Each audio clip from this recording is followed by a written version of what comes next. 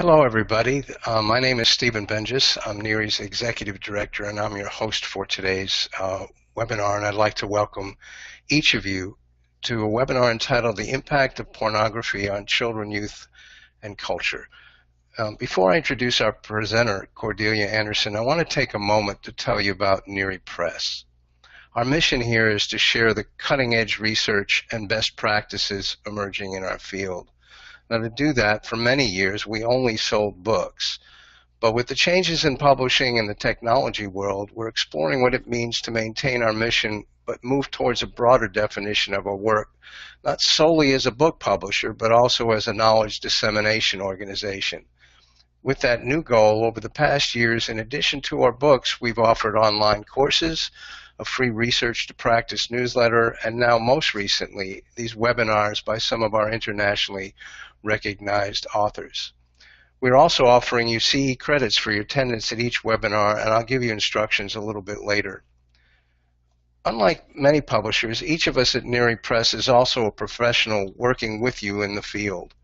And when we work to decide on either the most pressing questions that face us, or the most urgent training needs, or the most desired presenters, we do our work a lot better if we have your input and feedback.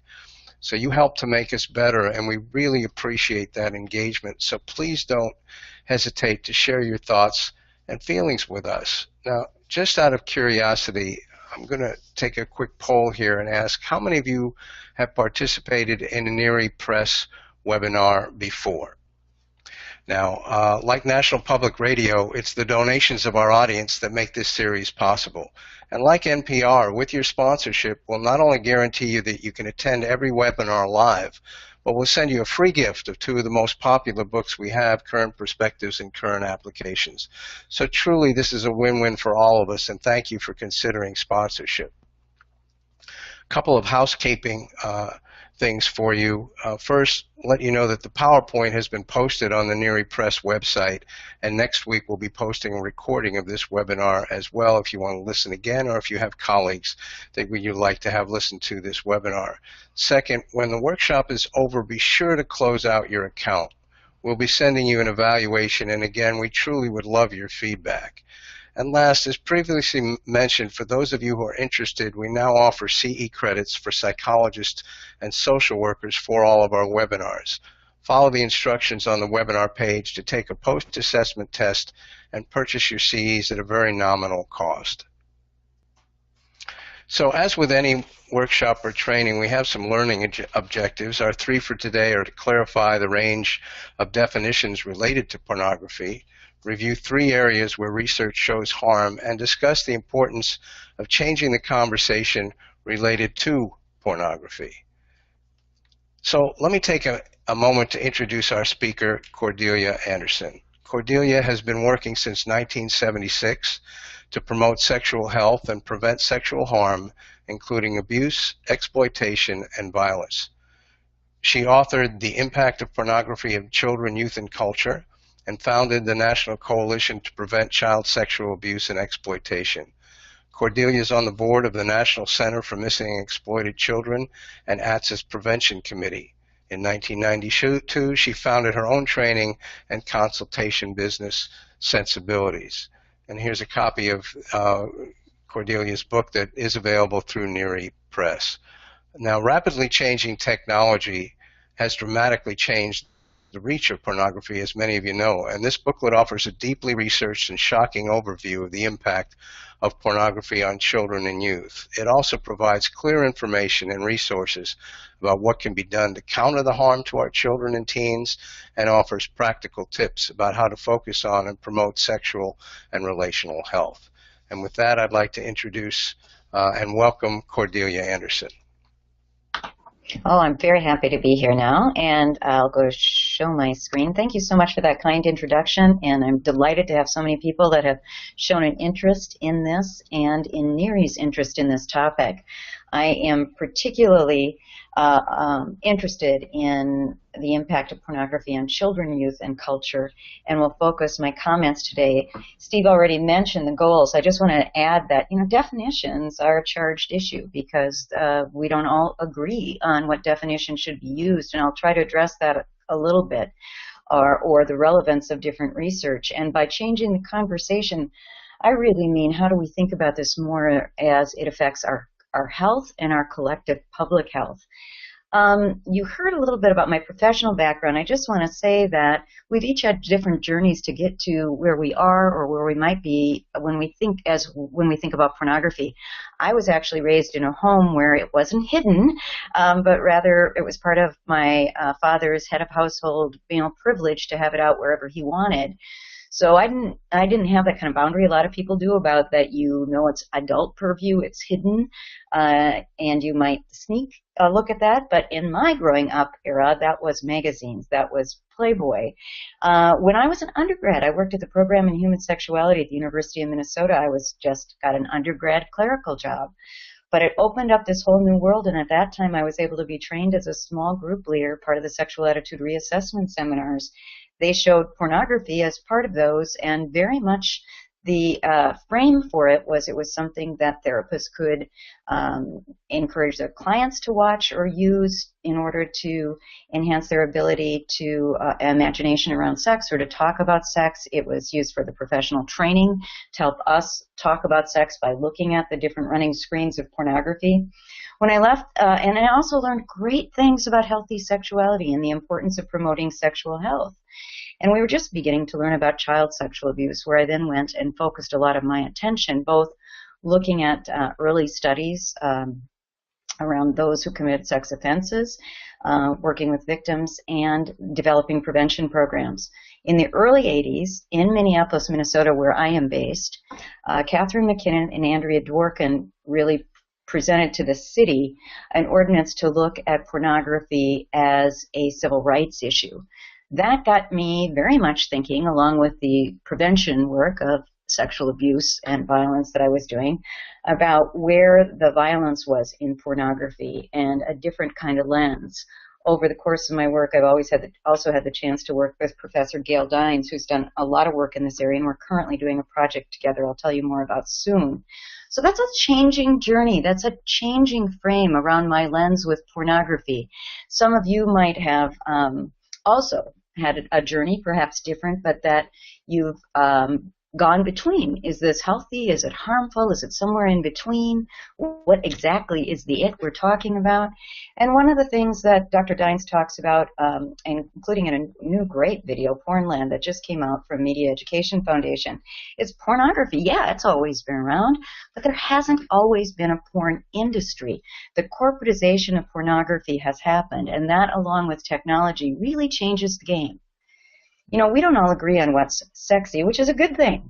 It's good to have a little range, different perspective. That's all good. What's more challenging, though, for us as professionals, is that we also don't all agree on what's harmful or not. And as I said, times have really changed from the 1953 Playboy, although isn't it interesting that 55 years later, in 2008, when Miley Cyrus was depicted in Vanity Fair, that image looks a bit similar to going back to that early Playboy. But times, as Steve mentioned in the opening, really changed with the onset of high-speed internet. Well, a couple takeaways, if nothing else here. Yesterday's pornography is today's mainstream media. When we talk about this, although I'm doing a very shortened version today, it's important to look at the links between hypersexualized mainstream media and pornography, because pornography has very much influenced that. And the pornography industry, whether we like it or not, is our country and a lot of the world's main sex educator of our young people. And because that's having such an effect on how they are learning about sex, gender, relationships, again, mainstream media and pornography, they learn more about it there than from parents and other caring adults. We really have a responsibility to know what it is they're learning and how to counter that. A lot of people talk about this being a major social experiment, an unregulated one at that. But one of the first people I heard talk about that was Dr. Michael Sato. And I think that's a really key point, that we don't know fully yet what all the effects will be. There's emerging research we'll be talking about.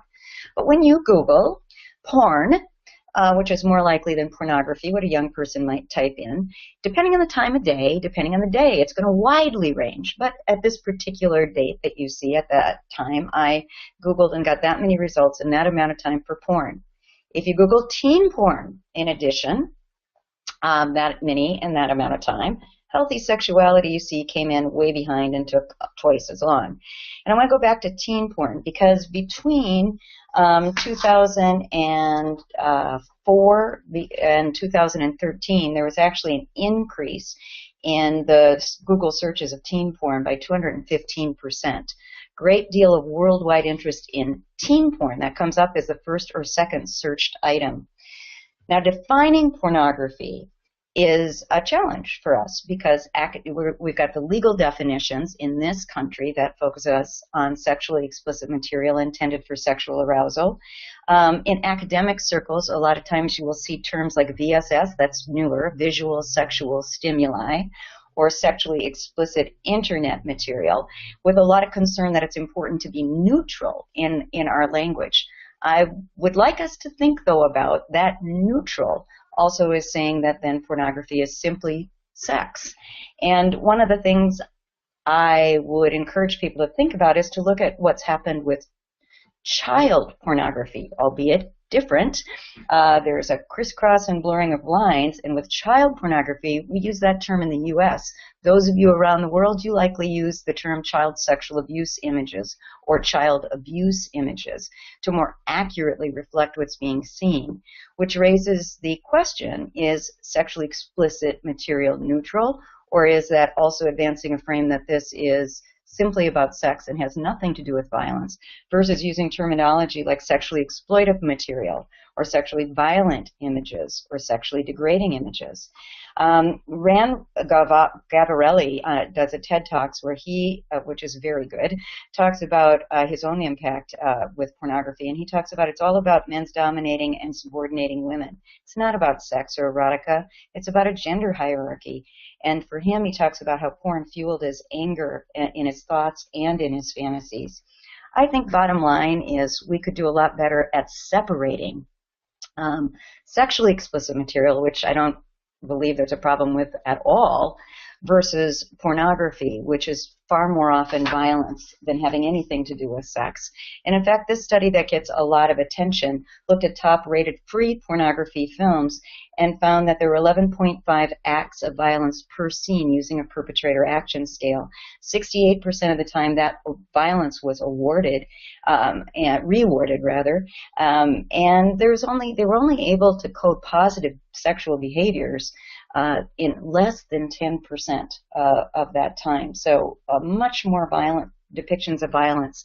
And when it comes to children, specifically the impact, kids look at porn for a lot of different reasons. And they look because they want to have fun, they're curious, they certainly in their minds think that this is equated to sex. It's sex, they want to learn about sex, they might be bored, or somebody said, hey, look at this. And there's lots of reasons why they look that make sense. Kids are curious and they are sexual beings.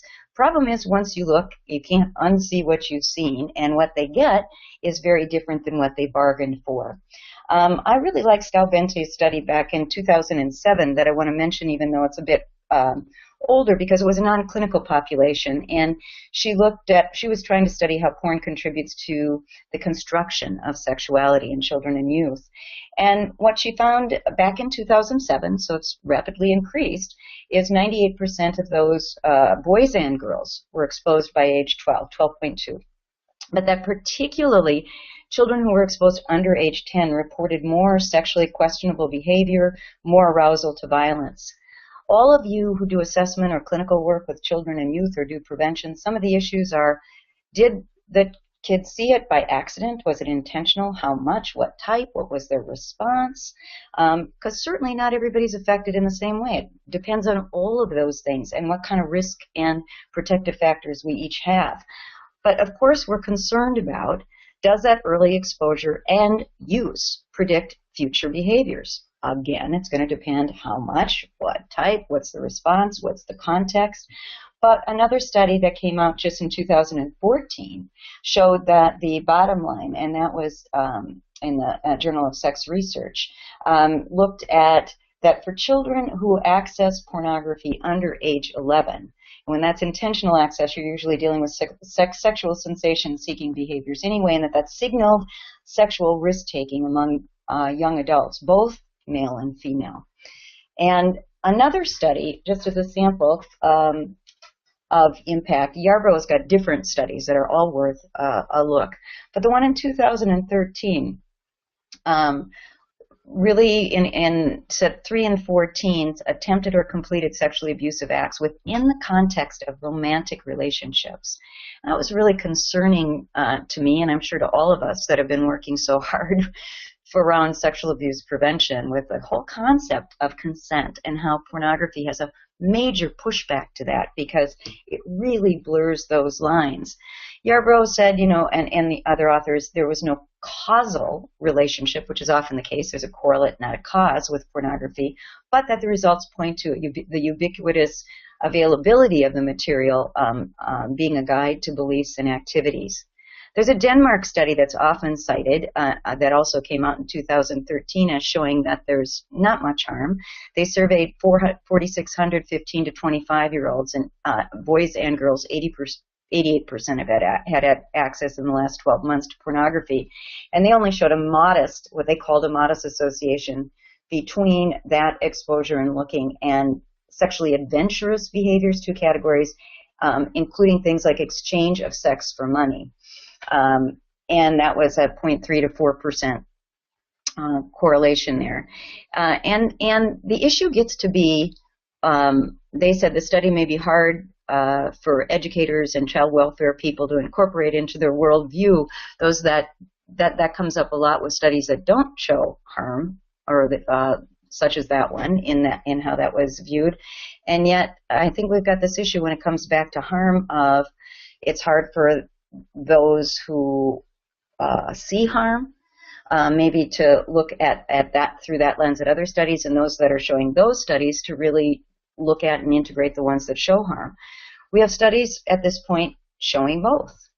In the UK, about the same time, in 2014 actually, there was a study with another journal that looked specifically at anal sex. Heterosexual, like a lot of these studies are doing an analysis of heterosexual pornography and heterosexual behavior, but they were looking at the practice of heterosexual anal sex.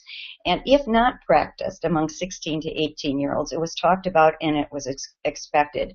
We don't have a lot of baseline studies 10 years ago, but a lot of us certainly believe that that's a significant change, and it's a significant change in part because of the very frequent depiction of not only anal sex, but brutal anal sex, body-altering anal sex that's depicted in pornography. And a lot of those young people also said they knew it was risky if unprotected. They knew that it could be painful, especially for the woman, but that they assumed they must like it because they'd seen images on it where they liked it. And they also, from those same images, normalized the coercion or the pressure. And the relevance of whether it was mutually desired or not just simply wasn't as relevant. They normalized the pain. And that's a theme in a lot of pornography, that pain is depicted as pleasure. So for our children, a lot of them, childhood has gone from Dr. Seuss to porn. And it used to be that if anything, we'd get kind of giggly and really overexcited from holding hands or kissing or hugging. And it's gone from that to the money shots, the body-altering pain, to more and more novelty. And again, it's not the nudity that creates the problems, it's the novelty. It's that clickability, click, click, click, click, click, and you can get to more and different. And the links to sexting make perfect sense because in this culture, you want to be seen. You don't want to be invisible, and how do you get seen? It's in a hyper-sexualized way in order to get attention or maintain tension. And another study in 2014 in cyber psychology, behavior, and social networking talked about sexting associated with pornography use, and that adolescents who visit more pornography sites were more likely to engage in risky sexual behavior, including some of them riskier sexting. This video is actually, I think this came out in Australia. Maybe those of you on here might be familiar with it. I believe the title has changed. It's still in production to The Porn Factor now. But I saw an early review of it, and there was one young man who said, when boys start having sex, they imagine porn. Their dream is that girls can take it and that boys can have their way with girls. I'm sure for a lot of us that are parents, and I have a daughter and a son, and for those of us that work with young people, we do not want our young girls to learn that sex is something they have to learn to take. That they, no matter how painful, no matter how much they want it, there's nothing about mutuality or pleasure, or that one person, whatever your orientation is, can have their way with the person that they're sexually interested in. Another issue is the secondhand factor. This became huge when we were trying to change smoking norms, and this study looked at the fact that even children who are protected from seeing pornography somehow were affected by the attitudes, the behaviors, the expectations, and language of children that were exposed to it. So there's a secondhand effect. And of course, the impact on adults actually also is relevant to children, because we know that the more studies have shown that when parents are more desensitized to different media, that changes what we think is appropriate for our own children and youth. And when it certainly affects our intimacy and our relationships with our adult partners, that can affect the health and well-being of the family. It affects the sexual template of children and youth as they're developing, children, boys and girls, as they're growing up seeing this, but also of adults. Very gendered, in a very binary way, norms. I think it really gets in the way of imagination, because it defines sex in the way that it is very narrowly depicted in pornography. And what's getting a lot of men's attention, young teenagers and young men and men of all ages, is erectile dysfunction. So that's as a result of pornography, and there are many different websites, Reboot, Reddit, NoFab, that are just forums for men to talk about what happened. They were sold a bill of goods that said this is supposed to be good for them sexually, or neutral, if not harmless at best, or a sexual aid, and then finding problems with intimacy and erectile dysfunction.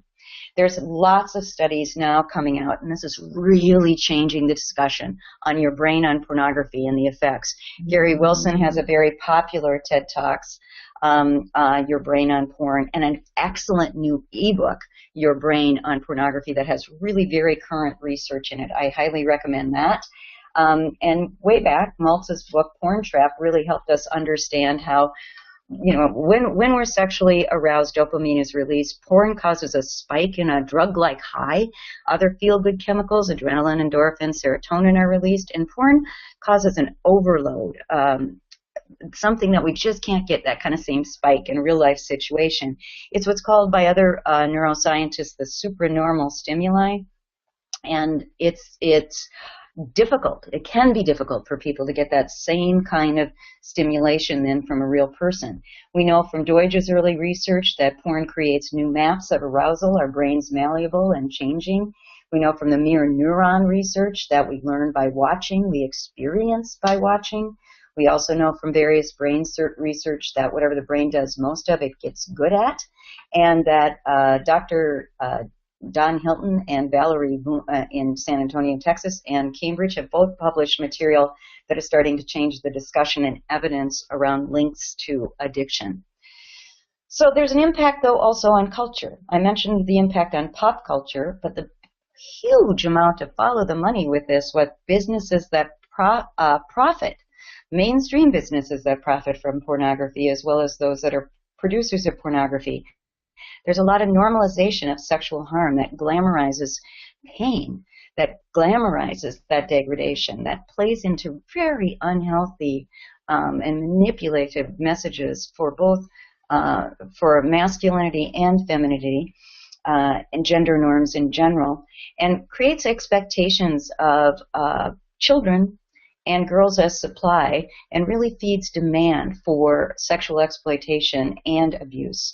And as Dr. John Breer has said, toxic decisions seem to make sense in a toxic environment.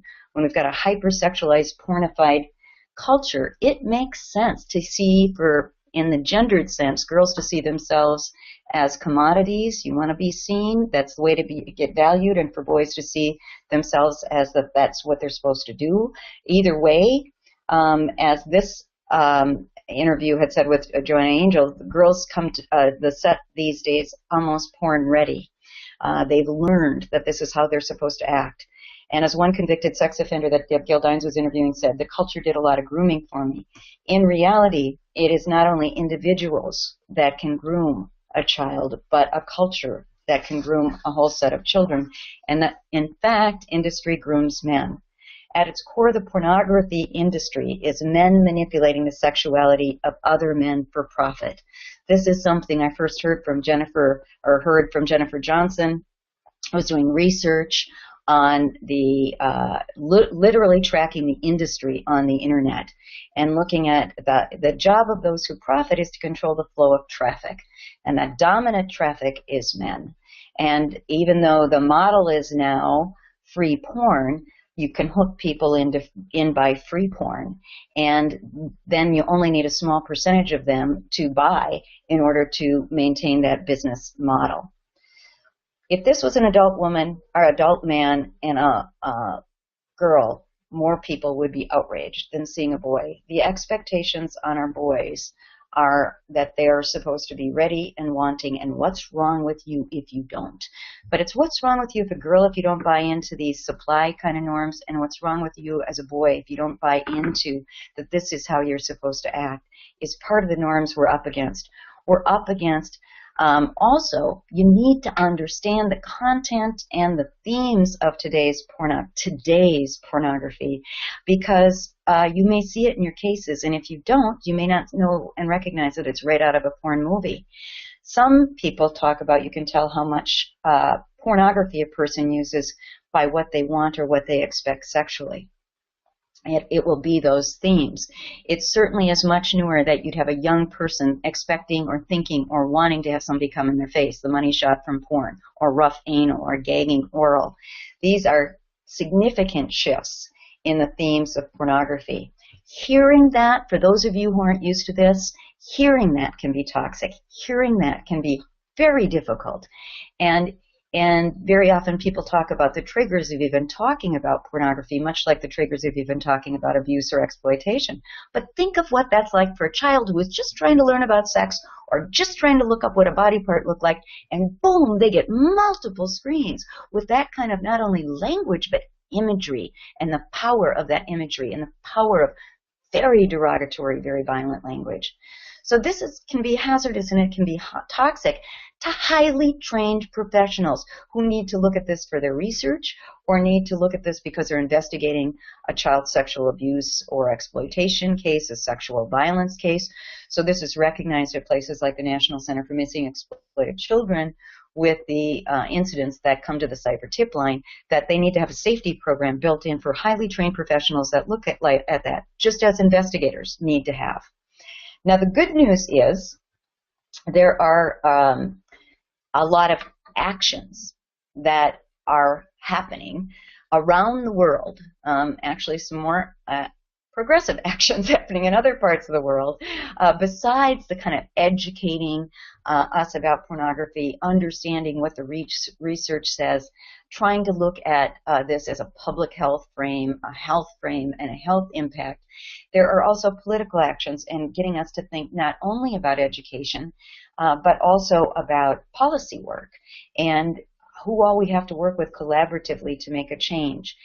In the UK, under the leadership of Prime Minister Cameron, there's been a great push to move to opt-in instead of opt-out, meaning that rather than so much of my technology coming with and access to media coming with access to pornography, and then I have to somehow opt out of it or put filters in, that it would be better if it was all blanked out. And then if I wanted it, I'm an adult and I want it, I can opt in. Easy phone call, easy checklist. You still have your right to it. But they tried broader issues, but with pushback from the industry, what they went to was some very creative ways to just try to say a series of ways. I'll just mention a couple of the things they've done to have filters built in by agreement by the main companies, that they would have filters built into their product. So the filters are automatically there. And then if I want my access to pornography to come into my home again, I can opt into it. And they've looked at what they're doing this on mobile phones. They're looking at that in public places. And just looking at a number of ways to make it so that we're not having so much to help kids recover from, but to block access to. There's other ways that we've talked about in this country and other countries. The whole kind of mindset that porn is simply an amenity. It's simply that something we have everywhere, like an entertainment without question in our hotels, for example, and how that might be counter to when we want a sexual violence or domestic violence or child sexual abuse or exploitation conference, that would be in a hotel that's profiting from pay-per-view porn. Well, many hotels are changing their policy after people complained, but also pay-per-view doesn't have the same money anymore because people are bringing it in on their phones, they're bringing it in on their tablets. But I thought it was very interesting that this has received a lot of attention as a potential policy action. And in fact, Nordic Choice Hotels, the owner that owns 171 hotels, went a step further and replaced the pornography that was available in the hotels with art, and made a statement about why it was replaced with art, because he and as a company they were really working against child sexual exploitation commercially, child sex trafficking, and really understood the links between pornography and child sex trafficking, all sex trafficking, so therefore didn't want their hotels to be profiting from it. Iceland, which has gender equity in its constitution, realized that with commitment in the constitution to gender equity, they could no longer really justify strip clubs, recognizing the link to sex trafficking, recognizing treating women as a commodity for males' entertainment, didn't fit with the gender equity in their constitution, and similarly have looked at their pornography policies under that frame. I mentioned in the opening also that another action really around this is a public health frame. I was very excited. This is taking a while, and some of you in other countries, if you've had more success in this, I really hope you're chatting in other states. But in Minnesota, our Department of Health in October sponsored a day-long symposium looking at pornography as a public health issue. I talked about the impact of pornography on children and youth. Jennifer Johnson came in and presented the research on the industry. Don Hilton came in and presented the neuroscience and issues around addiction. We had a survivors panel with a woman who had been pornographically exploited as part of a lot of other violence she experienced as a child. A young woman who at 13 got involved in sexting despite parents who were very educated her, had a very strong link, and another mother whose 14-year-old son got access to pornography and quickly really had a problem staying away from it, and the ripple effects of that in his life and their lives. So listening to that frame and looking at the data, and now we're really looking at follow-up and how do we have more success looking at this as a public health issue. We're also just talking about various ways we can change the frame, change the image of how we talk about this, get away from the frame of morality, or get away from only the kind of debates about is this causal, if then, but rather we understand different correlates. There's lots of new emerging research. We have to look at the links when this is high-speed internet, easy access with exceedingly different content, and what that does. So reframe.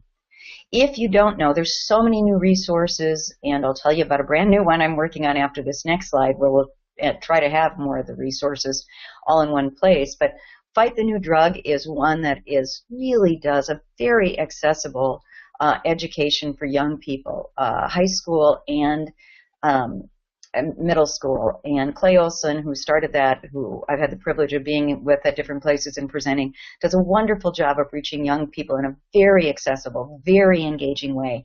They talk about porn kills love. They talk about neuroscience, but in a way that just makes this so accessible so that we can really get better attention to how an industry is manipulating their sexuality, much like how that helped the shift with tobacco.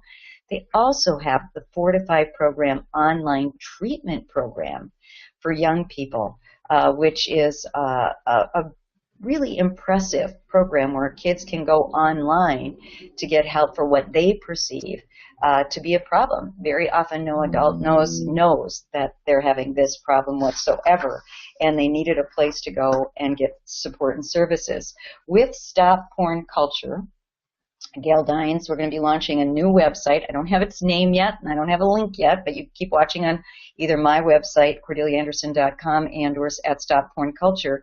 We are working on a free online program for parents so that it will help parents understand the content of today's porn, the reality of the industry, some of these studies and more on the impact on children, how to talk about that, what they need to do when it's affected, resources that are out there when it affects their own lives, their children's lives, and how to get involved more in making a change not only in their own families but broader if they're interested. So I just want to also make sure before we go into discussion that I know that one of the issues as we talk about pornography that is difficult for people is a lot of us are against censorship. We realize that censorship has blocked in many parts of the world us being able to talk about healthy sexuality, to be inclusive of different orientations, of different realities with people, to recognize children and adolescents as sexual beings, to recognize sexuality throughout our lives, to recognize that we're sexual human beings, whether we're sexually active or not, and that we have precious few images that really capture the joy, the heart of sexuality, the mutuality, and that in fact, to me, as I mentioned earlier, one of the things that is difficult about today's pornography and the plethora of it, the tsunami of it, and the way it's affected mainstream media, is that it really affects our imaginations, and it affects our ability to be playful, have the humor, have the joy, and that intimacy. When I think about something like The Power of a Kiss, in the 70s and 80s, I used to also treat women who had been prostituted, and they talked about, I don't kiss, it's too intimate. And yet that came back to me again recently when in pornography, today's pornography, is you don't see kissing, holding hands, hugging, you don't see human connection, very seldom at all. It's very different than that. So in many ways, to move ahead, to go back to talking about mutuality, to going back to talking about pleasure, we do need a revolution. But that revolution is not one based on shame and blame, but understanding how so many of us are being manipulated by the profit of a few. It's not only the harm on women and children, it's the harm on men. It's the harm on our culture. It's the impact on our health. And that requires us to take back our sexuality from an industry that very narrowly defines it and says to us, this is what you're aroused by, but this is what is produced, and this is what is controlled. And to have a revolution that is a collective change of heart. Many people say to me, well, the cat's out of the bag, man. This is so big. It's so out there. How can we possibly make a difference? And I would say, boy, is that cat ever out of the bag, and it's changed so much in the last 20 years, so much in the last 10 years. But think back not long ago when tobacco was promoted actively, when it was prescribed by doctors as something that would help with anxiety. Doctors had ads out. It was discussed as helpful for anxiety. It was sexy. It was indirectly sold to children because it was depicted in cartoons, and there were candy cigarettes. It was viewed as harmless. The industry knew it was harmful, but they claimed it was not harmful. In fact, it was healthy. It took a long time for science to catch up and work against an industry that was so huge and so profitable and had such an influence on policy. I think in many ways we're at the same place with the pornography industry. But this, going back to the censorship issue, in reality right now, we in many times censor healthy, comprehensive sexuality information. And what's marketed is pornography, sexually violent, sexually degrading images and messages that constantly play into very unhealthy gender norms and hierarchy. So as we go into discussion, I want you to just think about the words of Prime Minister Cameron as he made his speech in 2013 related to his work to opt in instead of opt out. And one of the things he said is we need to get back to the kind of society we want to be. I want Britain to be the best place to raise a family, a place where your children are safe, where there's a sense of right and wrong and proper boundaries between them, where children are allowed to be children. The actions we are taking is to protect the most vulnerable in our society and childhood itself. This is what is at stake, and I will do whatever I need to do to keep our children safe. So as we go into the discussion and we go into the debates, and I only touched on a little bit of the research out, there's so much more research out now and emerging all the time. I just want us to think about how this has changed and whether or not the populations we're working with in either a treatment way or an education way really have a sense of the content and reach of today's pornography and what we need to do to truly and honestly promote relational, gender, and sexual health. And with that, Steve, I'll go back to you to open up for questions. Cordelia, thank you so much for what is a really thought-provoking and rich presentation. For those of you listening, if you have any questions, please type them in and we'll try to get to as many of them as we can. Let me start out with something that was sent along, which is just sort of, is the 4 to 5 program an evidence-based program, Cordelia? Yeah, you know what's really interesting about that's a great question, and it only started in this last year, and they already have, I'm trying to pull up my numbers that I meant to have over 10,000 people, I think, came on in the first 8 months. So in terms of evidence-based, the professionals and the range of people they worked with to create the program, I told you I would turn on my little webcam during this discussion, so let me do that. The professionals they worked with to create it built on all the evidence and research, or the different kinds of research that I talked about.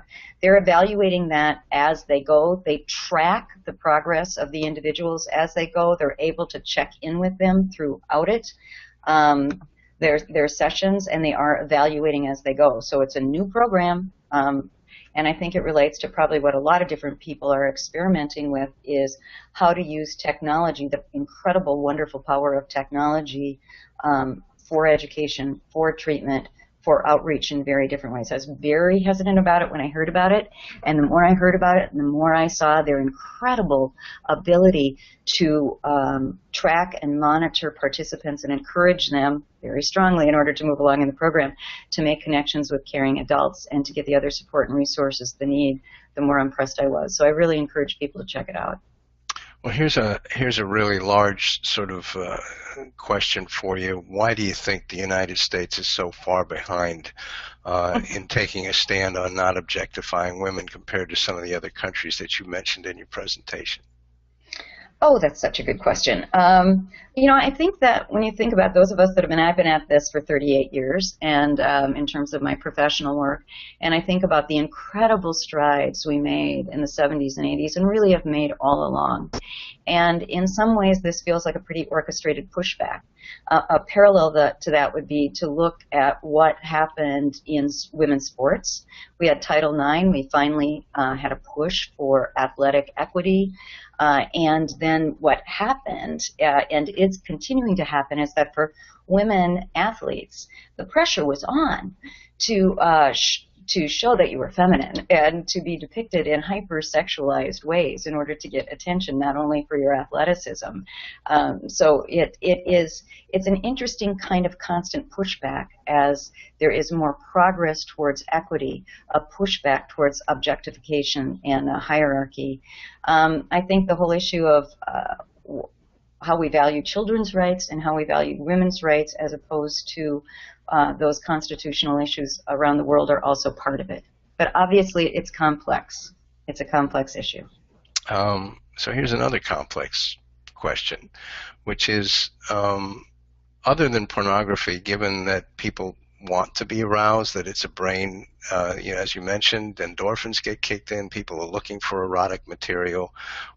Is there any place where erotica is being produced that's not pornographic that you can see? You know, it's interesting. A colleague of mine left work in the child sexual abuse prevention field in the 80s and moved to Alice Ray. We used to be a committee for children, and she moved to San Francisco, and that's exactly what she wanted to do, was make erotica, feminist-informed erotica. And there are people that do that, and there's debates certainly about where that all fits in the spectrum. But I'm a firm, I think I agree that we need to be able to ignite people's imaginations about and realities about healthy sexuality. Well, I'll finish my story about Alice. What she found is it was very difficult to get that funded. It was easy to find funding if she was going to cross the line and have a different kind of production. Much like the music industry, it's very difficult. It's much more difficult to make it as an indie artist who doesn't buy into the norms and depictions of men or women in the industry. And again, across all these lines, there's not only gender limitations, there's a lot of racism that's also part of this. So I think that that's part of what we need, is to ignite the imagination of artists. We did a whole conference here in Minnesota once where we had everybody enter. This was back in 2009. It was a sexual violence prevention. We had college students pull together a lot of images of the normalization of sexual harm, which was very easy for them to do. And we filled a hallway with it. And at the end of the day, we asked them to find images of healthy sexuality. And that was much more challenging for them to find, but they found those. And to just see the difference in the feeling, even though we're so used to the first kind, we hardly see it or notice it, but a completely different feel. So clearly, we need to stimulate more availability so that people can make an informed choice. So here's a treatment question. Just when you're working with youth, what would be the best methods for addressing sexual health questions that they may have? Well, I'm on the prevention end of the spectrum, but I think that in having in my past life been more involved in that end, and you can also link to some of the other wonderful resources you have on NERI, an important thing with young people is that we be willing to hear what their questions are, hear what words and actions mean to them, find out what the information is that they need. And when I want to go back to the words, just because I use a word doesn't mean I necessarily mean the same thing you do by that word. So what's that word mean to me? What my question? What meaning do I make of it? What kind of information do I need? And then be able to either help them answer those questions or link them to resources where they can get that information. And very often young people are craving a discussion, I think on a heart and a gut level. A lot, not all, but some young people feel really disturbed or uncomfortable with the pornographic images and feel like they're supposed to think it's cool. They feel like they're supposed to have a different response to it. So sometimes just having a safe space to even raise their questions where they might feel different about that can be very helpful. So I'm going to try to this is a very long question. I'm just going to take part of it. You mentioned that, pornography in your definition included violence and exploitation, and the writer wasn't sure whether you maintained that throughout the presentation, that is what your images are, but he was concerned about the desensitization that happens over time with some youth that he's worked with that tend to drift towards child pornography as they get bored with adult pornography. Do you find that is such a good question. That's such a good question. I did try to, normally when I have more time, I spend time just talking about the issue of child sexual abuse images too, because I completely agree with that comment.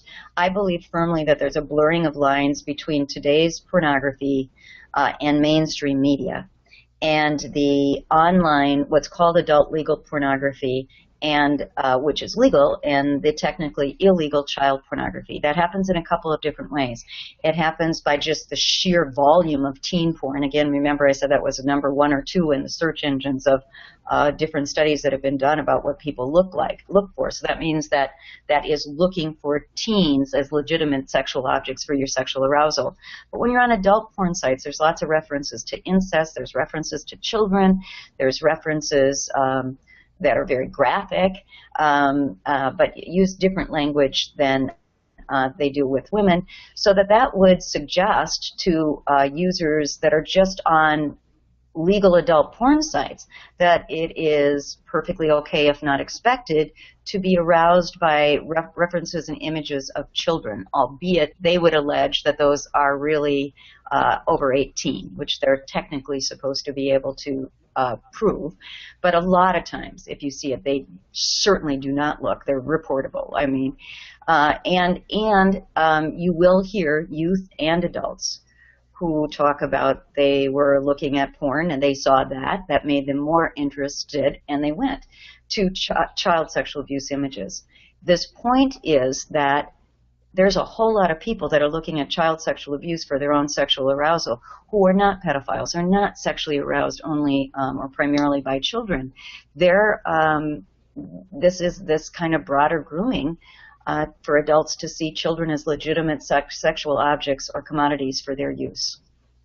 So I think I'm going to ask you one last question here, and thanks to everybody who sent your questions in, and I'm sorry I couldn't get to all of them. If somebody wanted to work on prevention of sexual abuse and exploitation, where would they go? Where can we find out more about the prevention end? That's a good question. Please look at my website, CordeliaAnderson.com, and be happy to link you to resources. There's also www.preventtogether.org. That's the National Coalition's website. National Sexual Violence Resource Center is another site to go to. In Canada, the Canadian Child Protection Center and several other programs there. I know Australia's got great programs, so check for prevention. There's good things about what we Google and what we can find too, and great resources that are listed at several of these different sites. We encourage your interest, and Steve, I've got to close with, prevention is not only the work of those of us that consider ourselves preventionists. The only way we're going to achieve prevention is if the therapists, the law enforcement, the medical professionals, the faith leaders, the business leaders, etc., understand what their role is in prevention as well. It's going to take us all. I'd also just put in a plug. There is a prevention source book through Neary Press that someone can also gather an enormous amount of information. That was edited by Keith Kaufman. So, Cordelia, stay with us, and thank you. I'll be doing that a lot more formally in a moment. But just I want to take a moment to let you know that we also put together a monthly newsletter where we look at cutting-edge or controversial research and talk about the findings and the implications they may have to clinicians in the field. So you're automatically signed up for this resource if you signed up for the webinar, and we hope you'll find it useful. You can always opt out. We hope you won't, and we hope that you'll stay in touch with us to let us know what issues you want us to address, and we can have a great discussion pulling this together at our end. So we often do when David Prescott and Joan and I work on that every month. And if you like this webinar, you can see previous webinars on our website at www.nearypress.org. So a word about our next webinar, which is the overview of assessments for sexually abusive adolescents, presented by Phil Rich, who many of you have had the pleasure of attending his workshops, either nationally or internationally. And I really encourage you to attend. It's a webinar that will briefly review the current status of juvenile sexual risk assessment, the empirical basis of current risk assessment instruments, and the role of comprehensive psychosocial assessment in understanding risk for continued sexually troubled behavior. And the webinar, in terms of Phil doing this, will serve as an introduction for a 3-day course that he's going to be leading this spring, that we're going to be hosting, Neary Press will be hosting, that will provide instruction and practice experience in the administration of juvenile sexual risk assessment, scheduled for June 2nd through the 4th in Marlborough, Mass. And for more information, you can visit our website. And we've put in the plug for folks to sponsor, and I don't know if you know this, but a lot more people wanted to be on this webinar than were able to be. So if you're a sponsor, you're guaranteed a seat at the table. I do want to thank our present sponsors, the Center for Clinical and Forensic Services, the ITM Group, James R. Reynolds, the Massachusetts Department of Mental Health, Maple Tree Group Homes, New Hope Treatment Centers, Rancho Airlo Society, Stevens Treatment Programs, the Wayne County Juvenile Probation Department, Yara Counseling, and the Houston Transitions to Wellness and Counseling, Inc. I'm happy to read more, so please consider your sponsoring this. As I said, it's your donations that allow us to continue our work here. And if you're interested in being a sponsor, just contact us at nearypress.org on the website or 413-540-0712, extension 14. This is really starting to sound like an NPR infomercial here. And once again, we'll say thank you to you with a copy of current applications and current perspectives. Just so you know, it for individuals, it's $98 a year, and you can attend all of our workshops, and it's $250 for organizations. Just a reminder that the PowerPoint slides are posted on the website, and recording will be posted next week. You'll receive an announcement when it is posted and a link to the certificate of attendance. CE credits are available, so go to the webinar page to find the link for the post-assessment test and a link to purchase your CEs. And please complete the evaluation, and a link will be sent to you when you sign off. So that I got through all that. Thank you for all your patience in listening to it. And Cordelia, mostly a huge thank you. This is just such important work that you're doing. You've been doing it for years. People I think of this a little bit as the football debate. People love something that it's time to take a hard look at, the damage that it's doing to children, to women, to the people who are involved in it, all of it. So, you're raising consciousness and you're doing great work out there. Thank you so much for presenting this webinar. And once again, to all of our audience, we really appreciate your feedback. I once again apologize for all the questions I couldn't get to. There were some excellent ones. And thank you very much. And we hope to see you next month in our next webinar. Thank you.